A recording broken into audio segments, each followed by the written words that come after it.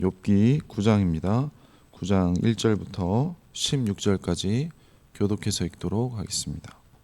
성도님, 오늘 말씀은 크게 세 단락으로 나눌 수 있습니다. 먼저 1절부터 4절은 욥의 답변이고요. 5절부터 9절은 하나님의 크심과 절대 주권에 대해서 욥이 말하고 있습니다. 10절부터 16절은 욥이 인간의 한계에 대해서 말을 하고 있습니다. 먼저 1절부터 4절 보시면, 진실로 내가 이 일을 이런 줄 알거니와 인생이 어찌 하나님 앞에 의로우랴. 사람이 하나님께 변론하기를 좋아할지라도 첫마디에 한마디도 대답하지 못하리라. 욥은 친구들이 말하는 인생의 지혜를 전혀 모르는 사람이 아닙니다. 그 스스로 하나님 뜻에 살고자 최선을 다하는 지혜의 사람이었습니다. 그러나 욥의 신앙은 이 인과 응보 원리에 한정되지 않습니다. 그 원리를 초월해서 이 주권적으로 임하는 이 하나님에 대한 신앙입니다. 욥은 이 9장과 10장에서 욥의 친구들의 논리에 대응하는데 거기에 더 나아가서 하나님과도 논쟁하는 모습을 보여주고 있습니다. 욥은 자신의 고난의 원인을 설명해야 할 책임이 하나님께 있는데 지금 하나님께서 침묵하고 계시다고 항의를 하기도 합니다. 물론 하나님이 자신을 정죄하신다면 감히 하나님께 맞설 수 없는 존재라는 것도 스스로 인정하고 있습니다. 하지만 그렇다고 해서 자신의 유죄를 인정하고 있는 것은 아닙니다. 사람은 하나님의 견주와 결코 의로울 수 없다는 이 친구들의 주장을 욥은 잘 알고 있습니다. 사실 이 말을 처음 빌다시 한 것이 아니라 바로 엘리바스의 말입니다. 사람이 어찌 하나님보다 의롭겠느냐, 사람이 어찌 그 창조하신 이보다 깨끗하겠느냐라고 말을 했습니다. 하나님 앞에서 사람이 의로울 수 없다는 것은 하나님과 인간 사이의 그 차이점, 이 창조주와 피조물 사이를 강조하는 진술입니다. 하나님 앞에서는 의로운 사람이 아무도 없다면 그것은 곧 이 하나님 앞에서 어느 누구도 지혜자일 수 없다는 뜻입니다. 이것은 하나님께서 움직이시는 방법을 사람이 예측하거나 평가할 수 없다는 뜻입니다. 그래서 하나님과 이 인간 사이의 차이를 극대화하는 이런 관점에서 본다면 엘리바스나 이 빌닷 등은 이 하나님에 대해서 어떻게 그렇게 잘 알 수 있는지 우리가 질문할 수밖에 없습니다. 지혜와 힘은 하나님께 있고 인간에게 있는 것이 아니어서 하나님에 대해 어느 인간도 제대로 알 수 없다는 것이 바로 하나님을 아는, 하나님을 경외하는 지혜의 주장입니다. 그러면서 욥의 항변은 왜 너희들의 지혜를 너희 자신에게는 적용하지 않느냐는 물음이 바로 욥의 질문인 것입니다. 다음 단락은 5절부터 9절인데요. 그가 진노하심으로 산을 무너뜨리시며 옮기실지라도 산이 깨닫지 못하며 그가 땅을 그 자리에서 움직이시니 그 기둥들이 흔들리는 도다.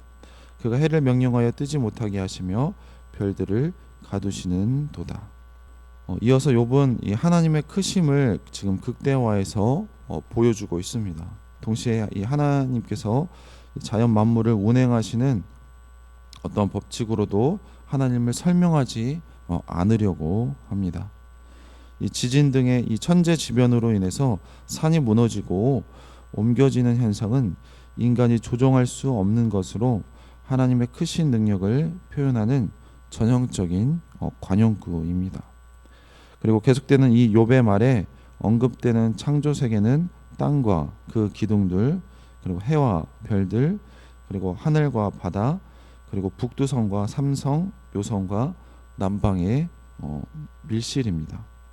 욥기 5장에서는 엘리바스가 비를 땅에 내리시는 물을 밭에 보내시는 등 이 농사와 관련된 현상을 설명을 했었고요. 8장에서는 빌닷이 갈대나 거미줄 그리고 가지가 돌무더기 틈에 뿌리를 내리는 그런 현상 등에 빗대어 하나님의 운행을 설명한 것과 지금 욥이 말하는 스케일은 굉장히 큰 차이가 있습니다. 이 삶의 지혜는 인간의 생활 반경의 안에서 주로 관찰되는 것을 통해 이 삶의 법칙을 끌어내는 것이고 그것을 우리의 삶에 적용을 하는 것입니다. 자, 이런 면에서 이 규범적인 지혜, 일반적인 지혜는 인간 중심적인 지혜일 수밖에 없습니다. 자, 그런데 이 신앙을 통한 지혜, 하나님을 경외하는 지혜는 이 신학적 사유의 지평을 훨씬 더 크게 가져갑니다. 이 인간의 삶의 영역 바깥의 세계마저 하나님의 주권 하에 있다는 점을 강조하고 있는 것입니다. 자, 이런 점에서 하나님을 경외하는 지혜는 이 창조주와 이 피조물 사이의 거리를 일반적인 지혜보다 더욱 크게 벌리고 그 차이를 우리 극대화하는 것을 보여주고 있습니다. 스케일을 확장하면서 질문을 하게 하는 것입니다. 하나님의 진노가 산에 임한 것은 산이 무엇인가 잘못을 했기 때문인가라는 질문을 할 수 있는 것이죠. 하나님의 뜻을 알지 못했거나 하나님의 뜻을 거스르는 악행을 산이 저질렀냐는 것입니다. 답은 그렇지 않다는 것입니다. 하나님께서 땅의 기둥들을 흔드시고 해를 뜨지 못하게 하시거나 별들을 가둬두는 것은 해의 별의 무지나 어떤 죄나 악 때문이 아닙니다. 이 욥의 친구들에게는 이 인과응보의 원리로 세상이 움직이는 것이 하나님의 주권을 입증하는 자료가 되지만 욥은 인과응보의 원리로 설명될 수 없는 세계 또한 하나님의 주권 아래 있다는 사실을 통하여서 하나님을 인과응보의 원리 하나에 가둬둘 수 없다고 지금 주장하고 있는 것입니다. 물론 뿌린 대로 거두는 이 자연 세계의 원리를 창조하신 분은 물론 하나님이시지만 하나님은 그 원리에 갇혀 계신 분이 아니라는 것입니다. 마지막으로 10절부터 16절 단락인데요. 측량할 수 없는 큰 일을 셀 수 없는 기이한 일을 행하시니라. 그가 내 앞으로 지나시나 내가 보지 못하며 그가 내 앞에서 움직이시나 내가 깨닫지 못하느니라. 하나님이 빼앗으시면 누가 막을 수 있으며 무엇을 하시나이까 하고 누가 물을 수 있으랴.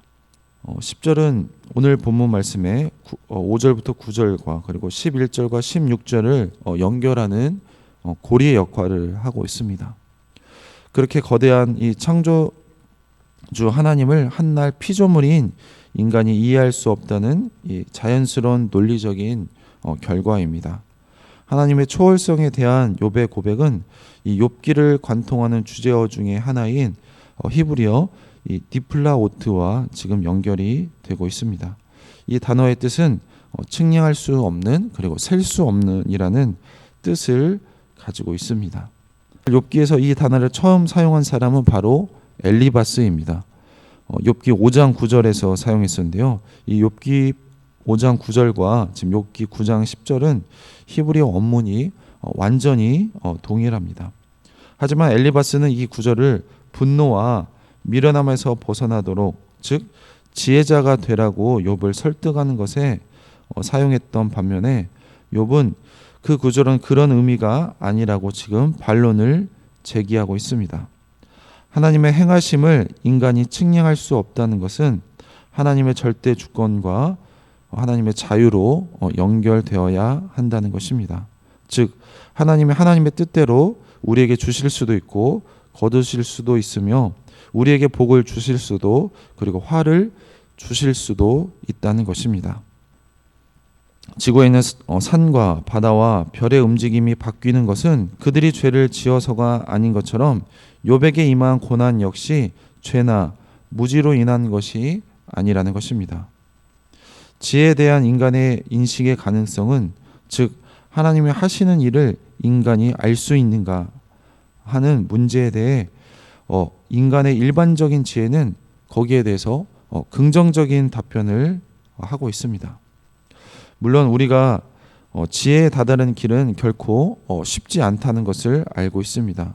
그래서 특별히 젊은이들은 이 지혜와 무지 사이에서 어느 쪽으로도 갈 수 있는 불안한 존재이고 그리고 그들을 유혹하는 이 악의 손길이 곳곳에 도사리고 있다고 잠언은 말하고 있습니다. 자, 그렇기 때문에 젊은이들은 지혜를 추구해야 하고 부모 세대와 조상들에게 지혜를 배울 필요가 있다고 잠언은 말을 하고 있습니다. 계미를 통해 부지런함을 배울 수 있는 것처럼 피조세계의 현상들도 우리에게 어떠한 규범이나 법칙을 따라 살아야 하는지 알려줍니다. 하지만 창조주와 이 피조물 사이의 차이를 강조하는 바로 잠언이 말하는 성경이 말하는 지혜, 하나님을 경외하는 지혜죠.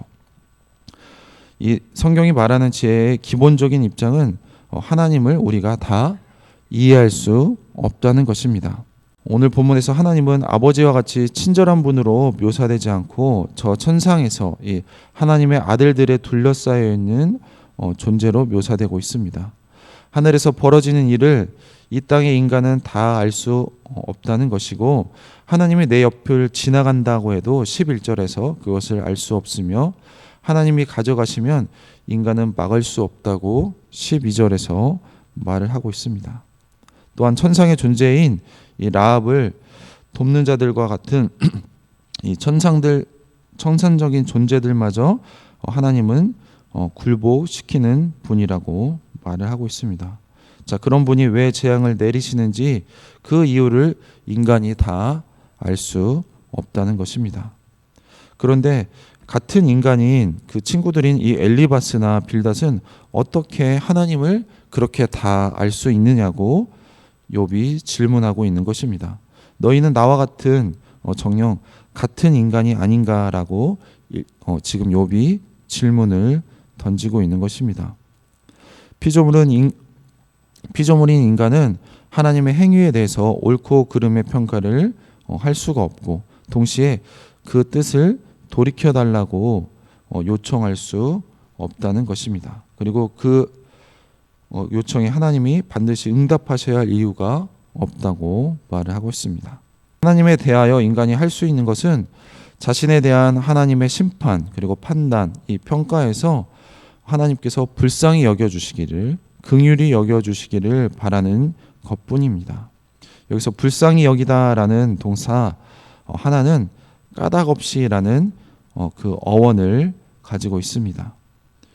한 인간의 올바름에 대한 이 하나님의 평가에 있어서 행동한 그대로 보응을 받는 인과응보의 법칙을 벗어나 하나님의 지금 까닭없는 긍휼과 은혜를 간구하는 욥의 태도를 잘 보여주고 있는 것입니다. 성도 여러분, 오늘 본문 통하여서 우리는 인간은 피조물일 뿐이라는 사실을 기억해야 할 것입니다.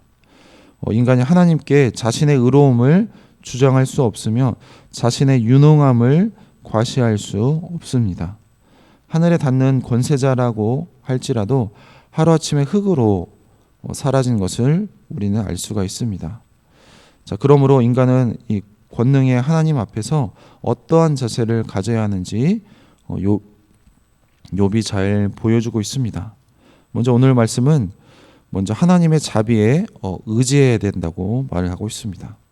욥은 의인의 형통과 악인의 패방을 주장하는 빌닷한테 누가 자신의 의로움을 주장할 수 있느냐고 계속해서 묻고 있습니다. 인간은 하나님의 첫마디에 한마디의 말도 대답할 수 없는 존재입니다. 특별히 하나님의 지혜는 인간의 지혜와 차원이 달라서 아무도 견줄 사람이 없다는 것입니다. 의로움을 인정받을 수 없으니 우리는 하나님의 자비에 그리고 하나님의 긍휼에 의지해야 하는 것입니다. 오늘 말씀에서 두 번째로 하나님의 섭리를 인정해야 된다고 말을 하고 있습니다. 하나님은 세상을 지으시고 그리고 그 질서를 세우셨지만 때로는 흔들어서 그것을 무너뜨리고 태양과 별들을 명하여 그 빛을 감추게도 하십니다. 하나님의 일하심은 기이하여서 우리가 다 이해할 수도 그리고 다 깨달을 수도 없다는 것입니다. 성도 여러분, 욥의 고난처럼 우리의 삶에서 이해하기 어려운 일들이 벌어지고 있습니까? 우리가 다 알 수 없는 하나님의 섭리를 인정하고 우리는 하나님의 선하심을 믿어야 하는 것입니다. 결국 하나님의 주권과 능력은 우리 인간에 의해서 구속받지 않는다는 것입니다. 하나님께서는 귀히 쓰거나 천히 쓸 그릇을 만드실 수 있는 창조주이십니다. 우리가 감사한 것은 하나님은 선하시며 긍휼과 사랑이 많으신 분이라는 것입니다. 그러니 우리는 하나님에 대해서 항변할 수 있고 이렇게 욥처럼 호소할 수 있고 투정할 수 있습니다. 우리를 지으신 분이시니 하나님 앞에 나아가 솔직함으로 욥처럼 우리의 마음 아래는 모든 성도님들이 되시길 소망합니다. 특별히 예수 그리스도를 믿는 성도인 우리는 이제는 예수 그리스도를 통해서 십자가에서 이제는 막힌 담을 허시고 우리를 그동안 하나님과 우리 사이를 막았던 휘장을 갈라놓으셔서 이제 예수 그리스도를 구주로 믿는 성도 누구나 하나님 앞에 설 수 있는 존재가 되었습니다. 그러니 우리는 우리의 마음을 그대로 다 하나님께 아뢰는 그런 성도님들이 되시길 주님의 이름으로 축원합니다. 기도하겠습니다. 하나님 감사합니다. 오늘 말씀을 통하여서 욥이 친구들에게 답변하는 모습을 보았습니다. 창조주와 피조물의 차이를 말하면서 우리가 하나님의 뜻을 다 알 수 없다고 항변하는 이 욥의 태도를 보면서 이 엘리바스와 빌닷은 하나님의 뜻을 마치 다 아는 것처럼 욥을 정죄하였지만 욥은 피조물인 우리는 하나님의 뜻을 다 알 수 없다고 주장을 하였습니다. 하나님 맞습니다. 우리가 하나님의 뜻을 다 알 수 없습니다. 그러나 우리는 때로 하나님의 뜻을 다 아는 것처럼 다른 사람들을 정죄하고 하는 모습이 우리 안에 있는데 그런 실수를 하지 않게 우리를 도와 주시옵소서. 또한 욥의 모습처럼 하나님의 뜻을 다 알 수 없고 그러니 하나님의 긍휼에 하나님의 섭리에 모든 것을 맡기는 태도를 욥이 보여줬습니다. 욥의 태도처럼 하나님 때로는 항변할 수 있고 때로는 항의할 수 있지만 그것을 다 하나님께 하나님의 주권에 맡기는 성도인 우리가 다 될 수 있도록 도와주시옵소서. 특별히 예수 그리스도를 구주로 믿는 성도인 우리는 이제는 막힌 담을 허시고 우리와 교제할 수 있는 하나님 앞에 늘 나갈 수 있으니 우리의 마음을 솔직하게 거짓으로 고하는 것이 아니라 솔직하게 하나님께 다 아뢰는 성도님들이 다 될 수 있도록 도와주시옵소서. 그래서 늘 하나님께 영광을 돌리고 우리 자신도 행복하고 그리고 이웃들과 행복하게 지내는 그런 성도의 삶을 다 살 수 있도록 우리에게 은혜와 긍휼 베풀어 주시옵소서. 감사드리며 예수님의 이름으로 기도했습니다. 아멘.